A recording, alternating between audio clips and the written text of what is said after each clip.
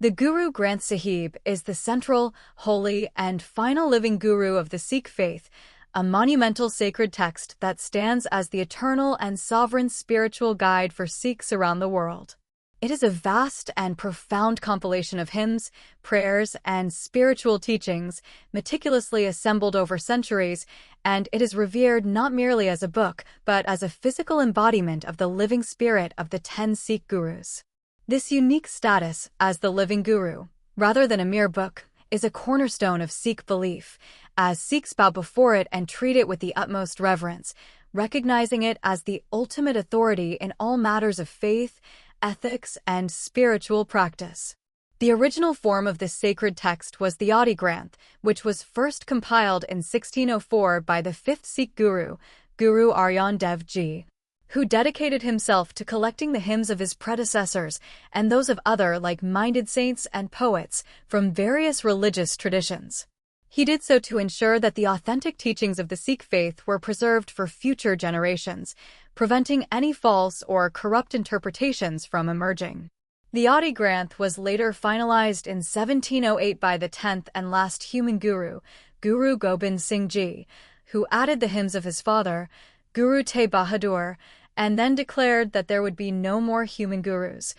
instructing his followers to henceforth regard the Granth as the Guru, thus conferring upon it the title of Guru Granth Sahib. This action solidified its position as the eternal and final spiritual guide, representing the continuous spiritual light and wisdom of all the Gurus in a single, sacred volume. The entire text is written in the Gurmukhi script, but it incorporates a wide array of languages and dialects from different parts of North India, including Punjabi, Sanskrit, Persian, and various regional dialects, which reflects the inclusive and universal nature of its message. The literary and musical structure of the Guru Granth Sahib is both profound and intricate, organized in a highly systematic manner that is unique among sacred texts. The hymns within the Granth are meticulously arranged according to 31 musical measures, or ragas, traditional Indian classical musical forms that are each believed to evoke a specific emotional mood,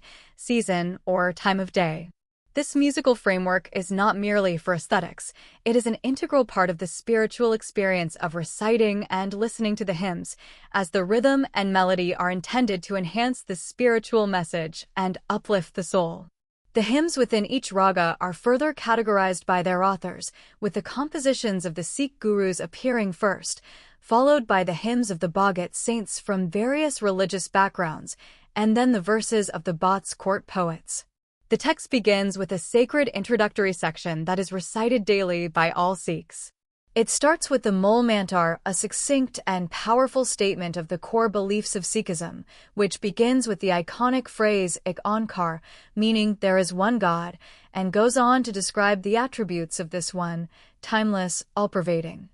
and formless creator. This is followed by Japji Sahib, a long, meditative composition by Guru Nanak, which serves as a profound philosophical summary of Sikh theology and is considered the most important single text within the Granth. Following the main body of hymns, the text concludes with several other compositions, including the Salik Varante Vadhik and the Mundavani, which serve as a concluding seal and a final prayer. The theological core of the Guru Granth Sahib is a radical and liberating vision of a single, all-encompassing God, a concept encapsulated in the Mool Mantar's declaration of Ek Onkar. This fundamental principle of monotheism is not a distant, separate deity, but a God who is both transcendent, existing beyond and independent of creation,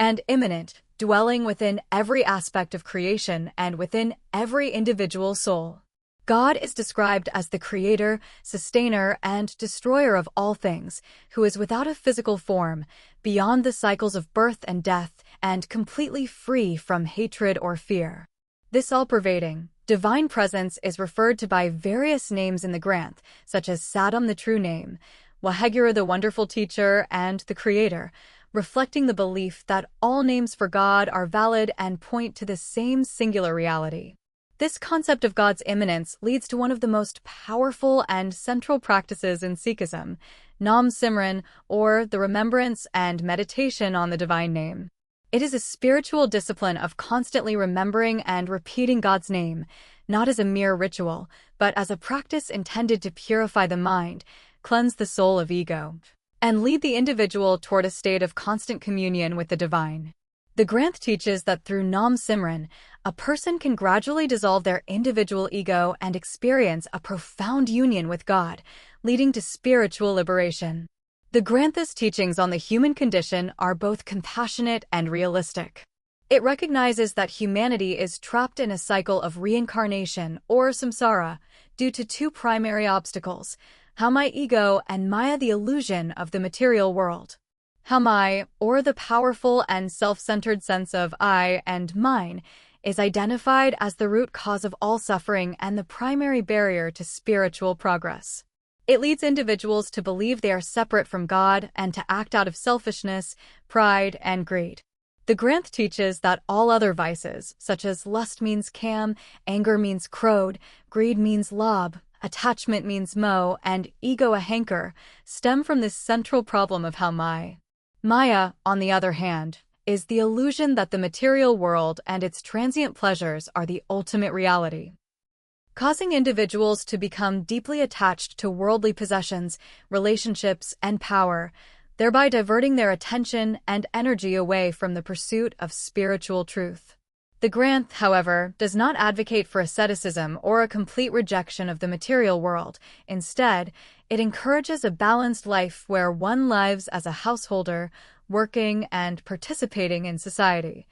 but without being emotionally entangled in the worldly distractions of Maya. The ultimate goal of life, as outlined in the Granth, is moksha, liberation, which is the spiritual release from the cycle of birth and death and the merging of the individual soul with the divine. This is not achieved by external rituals, pilgrimages, or fasting, but by living a life of truthful conduct, meditation on the divine name, and selfless service to others, which gradually helps one to overcome the ego and the illusions of Maya. The Granth describes the journey to liberation as a process of moving through various spiritual realms, culminating in Sachkhand, the realm of truth, a state of complete union with God. A profoundly important and radical theme running throughout the Guru Granth Sahib is its unwavering commitment to social equality and justice. It completely rejects the caste system, a deeply entrenched social hierarchy in India at the time of its composition, declaring that all people are created equal in the eyes of God, with no one being inherently superior or inferior based on their birth, race, or social status. This is powerfully demonstrated by the inclusion of hymns from Bhagats like Kabir and Ravidas, who came from low-caste backgrounds, placing their sacred words on the same level as those of the Gurus, thereby sending an unequivocal message that spiritual truth is not the exclusive domain of any single group. The Granth also champions gender equality, with hymns that praise the role of women in society and condemn practices like sati, the ritual burning of a widow on her husband's funeral pyre. It teaches that everyone, regardless of gender, has equal access to the spiritual path and the potential for liberation. The practical application of this belief in equality is vividly illustrated through the institution of Langar, the free community kitchen found in every Gurdwara Sikh place of worship, where all people, regardless of their background,